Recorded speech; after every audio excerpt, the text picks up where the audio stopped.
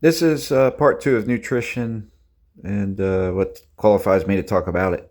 I forgot the other part of that title, but I kind of got cut off near the end, and this I don't think will be long because I finished most everything. I just wanted to continue talking about more qualifications if I need them. I don't need qualifications to talk about my experiences. I can talk because I'm a consumer, but I'm a avid studier of nutrition, just not I was an avid for maybe 15 years. I studied it real in detail. I mean, challenging all the fad diets, looking up, using Google mostly to study and read, but also reading books like Dr. Wiles. I think it was Dr. Colbert, certain books I've read from other people. And I studied the Bible foods, what are historic foods, what's natural foods versus hybrid foods that were created, crossbred and created or whatever, scientifically made, trying to figure out what that is. What's been around since Bible times. Brussels sprouts, I think were, for sure the cucumber was. Beans were, I think rice was, I forget. But I have a little booklet I made on that when I did the study. But went to college. I studied, had health classes. I had some that talked about nutrition a little bit. Um, for because I was going to be a recreation management major. I have a degree in that, right? So I was a music major before that, and I switched to recreation. I almost finished music, so I do have some time of study and thought before when I started working out in gyms and stuff. After that, I got into studying protein and nutrition on my own. For that reason, I've taken some tips from bodybuilders, done that, and then after that, I studied cancer diets. I studied the Hallelujah Course book, and I've Hallelujah, not Hallelujah Course, Hallelujah Acres or something. And I forget who it was, but it was a man that had a brain tumor and fixed his tumor with diet because he saw somebody else in his family die from it, from having treatment, and they died. So he took a chance and he gambled in a sense and got off the treatment and did the diet, did a vegetarian diet. So I've studied theirs. I've done experimentation, and so I talk about my experiences and how it affects me. And I do think we're not from evolution. I think we're all human beings. So despite the fact that some people have allergies to certain things, we also all have lots of similarities in how our bodies react to certain things too. And so to most things, really, there's more of a common denominator in how we feel as human beings from doing things. But that can vary based on how much you exercise. I've done caffeine uh, with lots of exercise and don't feel many effects of it because you burn it off. I've done caffeine when I'm doing lots of studying and sitting down, and then I feel the side effects and I feel the withdrawal effects from it more. And I don't have those withdrawal effects, the headache effects, I'll say.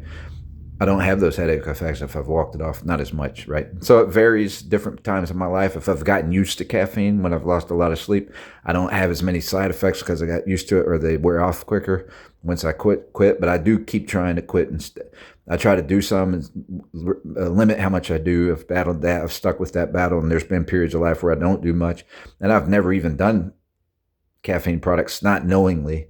I've done teas sometimes in the past, but I had never drunk coffee until I was probably 48 years old. Wait, 38 years old. And I forget why I started doing it, but I did it. And for one particular year, I did a lot of it, and I liked my formula. I did it. I like doing it with whole milk and coffee with whole milk, honey, mostly that. Eventually, I forget what I've added later. I like doing it with cinnamon. I like doing it with cloves and ginger too. I have different ways I like to do it. I like the real milk though for cream instead of creams, artificial creams and stuff, right? So, and it tastes good with the honey and all. And so, but that year I was just in a situation where I felt like I was locked down too much, too busy, and couldn't get out and do anything I wanted to, couldn't take a break. So I actually started drinking extra coffee so I wouldn't be frustrated by the fact that I didn't have much freedom. I didn't have much. I was frustrated with a certain situation too. And so I drank coffee to keep myself sedated. And you don't think of coffee as a sedative, but it took away my social energy. But I was doing a lot. I mean, I'd do a 16 to 32 ounce drink per day, And I found that over time that it gave me doing that regularly for almost a year, I was getting short tempered. It was obvious. I've never had that issue before, and it was making me short tempered. And I cut back on the coffee, partly for that, but I also knew it wasn't good for my. It wasn't doing me well because I did. It made me happy with not getting a lot of exercise and different things, and content with that. And then, but it also makes me not want to get too much exercise. When you're feeling dehydrated, overheated, I guess is part of it. You just don't feel as sociable. So, but that's doing a large amount of coffee. That's not just doing a little bit. That hasn't affected me that way since, because I'll do it just periodically. But then I'm always have a recovery time with coffee. So I have those experiences, and I prefer to stay off caffeine. And some people I've met into lots of weird, I'll call them strange people, who want to act like I'm a major sinner for still doing coffee sometimes. And then I have the other ones who say, how dare I even say that coffee is a drug? How dare I even talk about ever getting off of coffee? How dare I compare illegal drugs to coffee? Because they're all drugs, they're all medicines. We've all been tricked, right? So that's part of nutrition, though. I mean, nutrition. I call myself Health Nut Rehab Bob because I am not afraid of medicinal science. I take on medicinal science, and I'm getting more confident about it. I've been less confident in the past, but I know medicinal science is a real thing, and it's not hocus pocus. And one drug's not of the devil, and the other one's not of, and the other one's of God. Coffee's not of God, and these other drugs of the devil. They're all medicine, and you can make safer forms of them. Coffee is just in a more natural, safe form than the caffeine pill. It's safe, better than the caffeine pills that don't come from coffee or tea or a natural source that are synthetic. The synthetic caffeine in Mountain Dew, they could do better Mountain Dews. They could make a drink that's like Mountain Dew and use a real form of caffeine, and it'd be a lot better for you, which I like Mountain Dew because it's made from orange juice, but I don't like the effects of the synthetic caffeine that's in Mountain Dew. And it's easier to get too much caffeine because the coffee and the tea have natural appetite suppressants that cause you not as easily overdrink it. Like you can't overdrink it.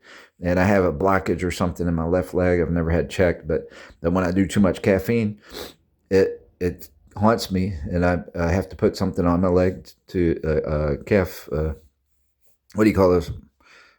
Suppressants. I never think of the word of it, so I forgot. But it's a calf sleeve to make sure if something happens that a blood clot or anything would go down to your foot. It helps it do that. Helps your circulation. So it's a compression sleeve, and I use a knee pad to compress around the bottom of my hamstring by my knee going into my calf. And so if I've overdone it with coffee or caffeine, that happens to where I'm feeling like something's going to happen down there. It feels like a blockage in my leg, and that's because I've overdone it at some point somewhere. And I think I know where that was, but we won't talk about that.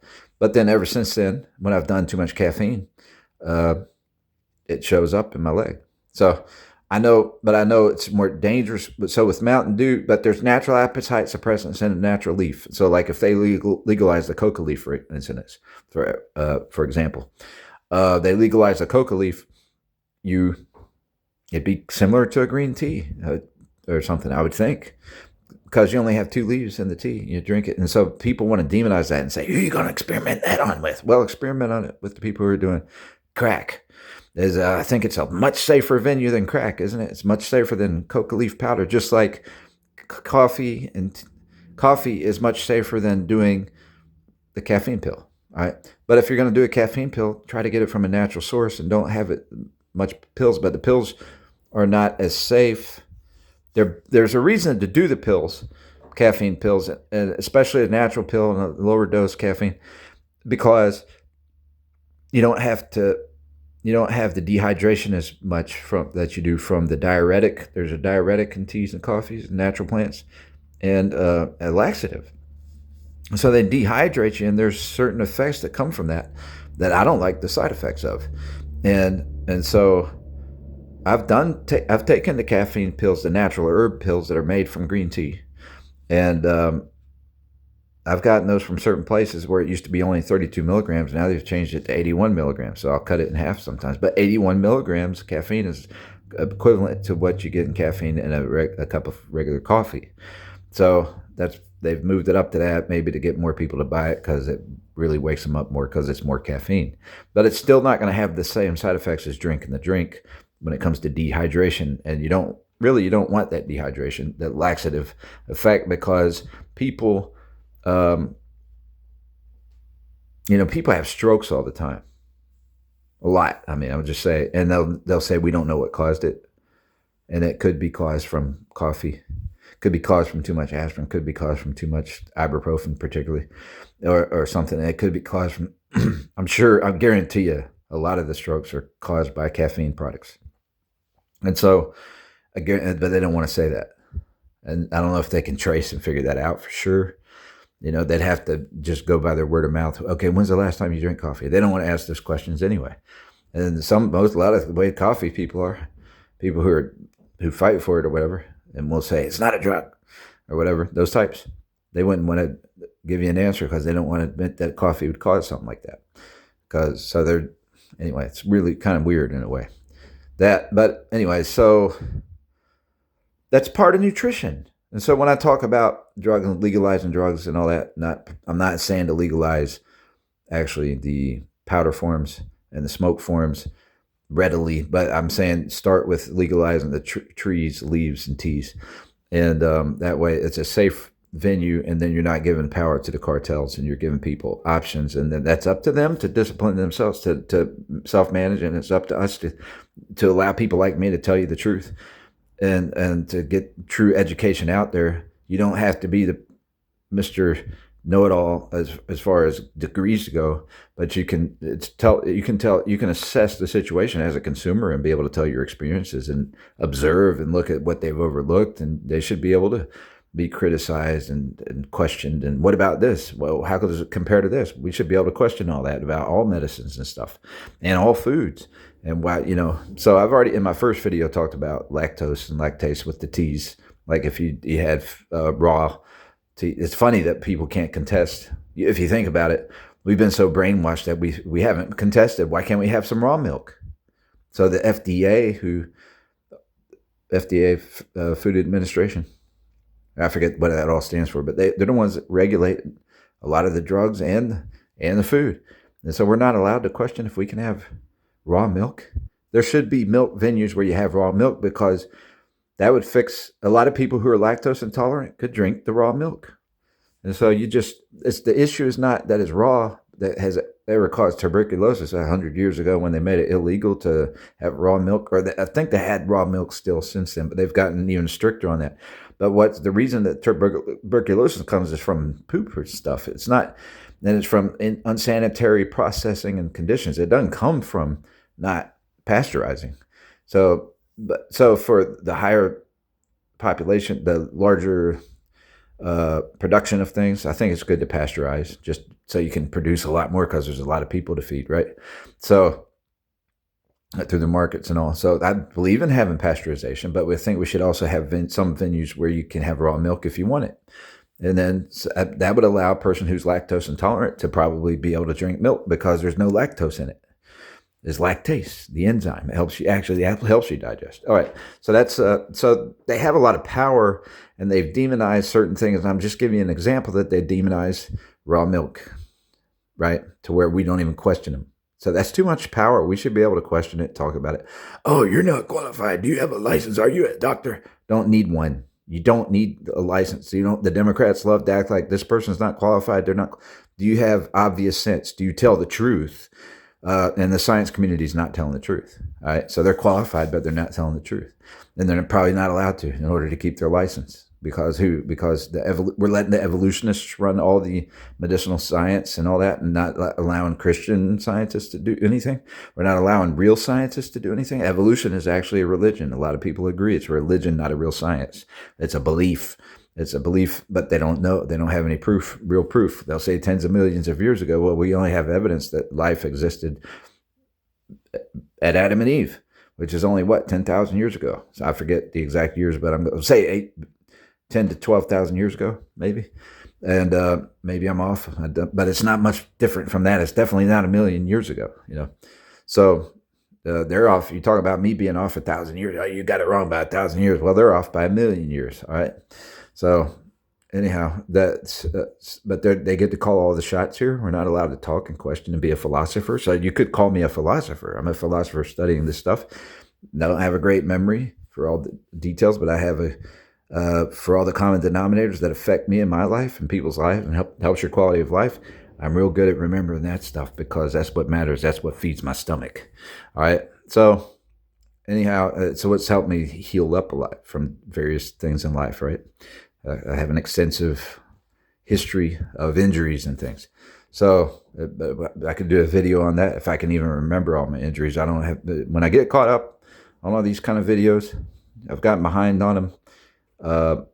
If I ever get caught up, I might talk about my extensive my injury history and things I recovered from and how I recovered and stuff like that and stuff. So I think those are good to hear from this standpoint, from a philosophical standpoint and a nutritional standpoint and a patient's standpoint and a not overdoing it standpoint and not having a big head to where I re-injure myself standpoint, stuff like that. And that's happened though before. I've had too big playing sports. I wanted to overdo it. But you have, I just wanted to finish my qualifications and finish a couple foods from part one of this two-part series is all it is right now. And I think I got cut off about the time I wanted, and I realized afterwards I needed to say my qualifications. Just so people know what they are. So I'm not going beyond my qualifications. I put question marks. If I don't know something, I leave a question mark. But what I do also is I present subject matter that I want people to answer. So it's questions. And I'm good at finding subject matter that's never been covered before, that nobody's ever given us real answers to. And then realizing if they give us an answer and it's a baloney answer, it's a fake answer, it's not a full answer, or it doesn't answer the whole question, and sometimes that happens on purpose, sometimes by accident, then I'm like, and they think that point doesn't matter. I'm like, I can prove this point matters a lot, and we need to know, we want some confirmation on it. So science, with deeper science, chemistry and everything. And then you got a question with chemistry, are they telling the truth? So there's people, the smart folks that can do that type of thing. I'm not going to call them smart. They're not smart philosophers a lot of times. So I'm a smart philosopher, all right, with a bad memory, but a smart. So there's still something there, right? But bad memory for word memory and fact memory and stuff like that. I don't have bad memory for concept memory too much. Maybe I'll do it a little bit, but on purpose sometimes, because I look at strangers and I'll be like, there's a stranger to me. They're a human being. Treat them like a neighbor, and I'm not, and so I forget some concepts of how, but I have instinctive concepts I remember on how to, pretty good instinctive memory. Like when I see certain mannerisms, I know if they're going to be a violent person or not. I can tell pretty much. You can't always tell because people hide it. I know if how they're going to react. There's certain things. I have a good instinctive memory, I would say, but that's psychology. So it doesn't matter. I mean, your qualifications are to get you a license for a business. I'm not trying to make money here. I'm being a philosopher. Eventually some of this stuff could make me money. But I'm a person who's been robbed a lot and had, and still hung out in places where I've gotten robbed again. And so I'm not chasing money now. I'm chasing purpose and wondering why it's fair for there to be regular thieves out there that are still there 30 years ago. I've known thieves who are out there and they're still there. And it's not, our system is not right for that. And it's all based on, they qualify it all because we don't speak against stealing, and we qualify it because of illegal drugs. We qualify people getting robbed over that stuff, or we qualify somebody stealing from a drunkard even. But most especially if something's illegal, they'll qualify stealing from them, and that's a business. That stealing business is something that's continued on based on those laws. So that there's something wrong with those laws in order for that to continue. So that's eventually I'm maybe I'll make money and I'll be more consistent and more disciplined in my life to where I'll be like, okay, I've not been robbed in a year, or I've not been robbed in 6 months. I've not been robbed and put myself in a position where I know people can get robbed. I've not taken myself to those places. I've learned to be a snob or whatever it is. And so then I'll be glad to make money with as a philosopher or something else, or get the degree and do the nutrition. Have a lot. I feel like my nutrition knowledge is above and beyond a lot of people who are licensed to do it on certain things, because people fall for tricks real easy about milk. And I've shared that in the first video, stuff about milk that is beyond explanations of what I've heard anywhere else besides what I just explained on it in that video. And milk's good for you. It's the first thing God created for us. All right, that's in that other video. But my point is to create purpose, build a better society. I want a better world, and I'm going to do quotes about I want a better world on one of my reality harmonizer Bob videos. I'm going to be doing that if I have time to get to it soon. If not, hopefully I have time to get to it later, and I'll still do it. So that's in my books. I'm going to read it out of my book and do short videos on it. The quotes about I want a better world for this, with this, in this area, in this area, in this area, and I'll just do separate quotes. But so I want my life to have helped better society when I've left, or at least planted more seeds for heaven, truth seeds about Christ. And I think that the Bible says don't be a glutton, and it says to take care of your temple. So I think I give a high value to nutrition, and a lot of people roll their eyes about it. I've found out that I've done a lot of exercise and continued eating a lot and couldn't lose weight very well, even though I was getting a ton of exercise, because I was still eating the wrong things and eating too much. I've been in those positions, and I've been in positions where I did both, and I was doing good for a short period of time. But I've also been in a position where I wasn't getting any exercise. The fastest I've ever lost weight was from fasting and eating lightly, and it wasn't with no exercise. That's the best I've ever lost weight, was from fasting. And then that 2 days of fasting breaks my sugar cravings.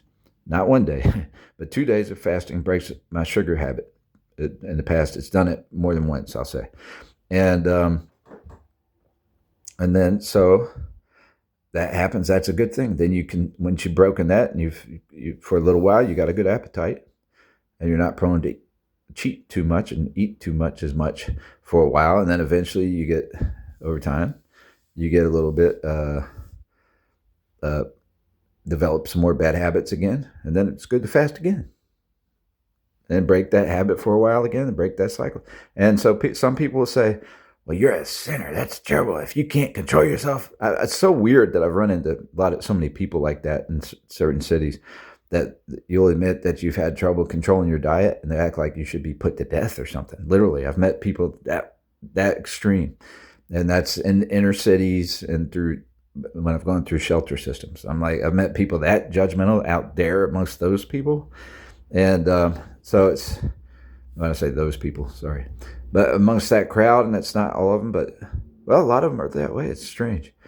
But so they've not had success, and they may pick on your finances, and I've never thought to pick back at them and think, wait, they're asking me for a lighter or a cigarette money, and they're judging me for not having all my finances together.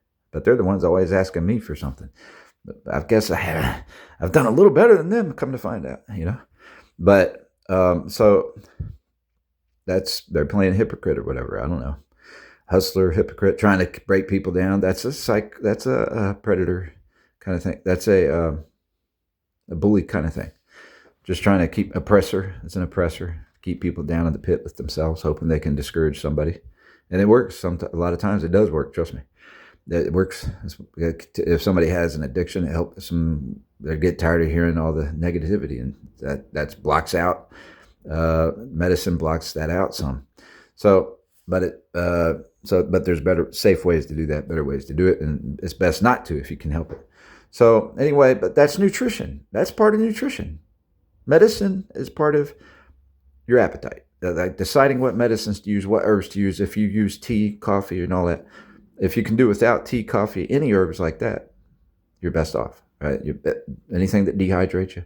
So the only good herbs really are, and I'll put this in here, it's just a side point, but it's the only good herbs are garlic, onions, as far as not being any mind altering or dehydrating. Spices and you can still do too much of those. And so there was one nutrition point before I run out of time that I had wanted to bring up that I forgot earlier. And besides me talking about qualifications, I don't care about qualifications. I'm not trying to claim qualifications. I'm not getting paid for it.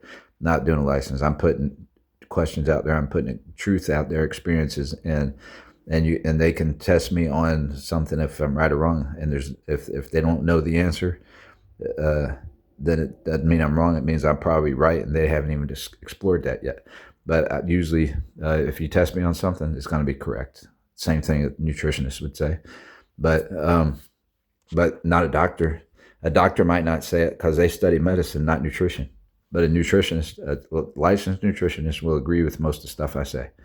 And some of them may say, "Well, it's okay to do coffee," but and they may have not thought about it in terms of coffee you should treat it like a medicine, not a food. For instance, you should treat any caffeine product like a medicine, not a food. So it's not. You could say it's good for you if you use it as a medicine. It's a good medicine. All right, to use it temporarily. But if you use it like a food and do it all the time, well, if I have a nutritionist that tells me, "Oh, it's not going to hurt you to do a little bit regularly," okay, so are you telling me I can take a laxative pill regularly and that's good for me?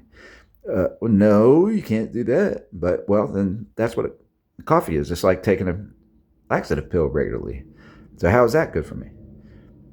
Well, might have got me there, or they might not admit it. They may dance around it, but it's the same thing. Okay, so I'm right about some stuff they're not right about, and you don't have to conclude what I conclude, but it's fair to say, well, it's all okay and moderate if you do it just very little. All right, so it's not going to hurt you if you do very little. But me, I have a big appetite, so it's hard for me to do very little of anything. But when I've fixed my sugar problem and stuff, I'm able to control my appetite more, and after a fast. But the trick for me is if I skip breakfast and I get busy and don't think about it, then I can go okay. But if I eat breakfast when I haven't fixed my craving, haven't fasted in a while and fixed my appetite some, if somebody offers me breakfast or whatever, as soon as I eat breakfast, I don't want to stop eating. I have an appetite like that once I get into it, and that's has something to do with my my hormones, my bodily makeup. I'm a strong guy. I don't know if it has anything to do with that. I'm stronger than average, and maybe that has something to do with the hormonal makeup. I don't whether I'm O positive or A. I forget the blood types, but I'm the blood type that does crave meat more than vegetables and beans. But I can eat both. I like vegetables. However, I've forced myself to learn to like beans and stuff. So, but I still like meat. All right. So, but my blood type is more prone to meats versus some people's blood types are more prone to beans, I think, if I recall one study I did. But so anyway, I'm forgetting my things and I'm running out of time again. So I went to beans. Sugar. Here's what I wanted to talk about real quick, and I'll end on this. I wanted to just mention, I thought of something new recently. I thought, okay, for diabetes, I've done Splenda. I don't have Splenda. Right now, I'm wondering if I'm borderline diabetic. I've been there before, and I'm at a position where the same situation I've been in where I got to that point before, and I might be there. But I don't have diabetes officially yet. But if you do have diabetes, I do think of avoiding diabetes, and I've gotten Splenda. Splenda comes from sugar, right?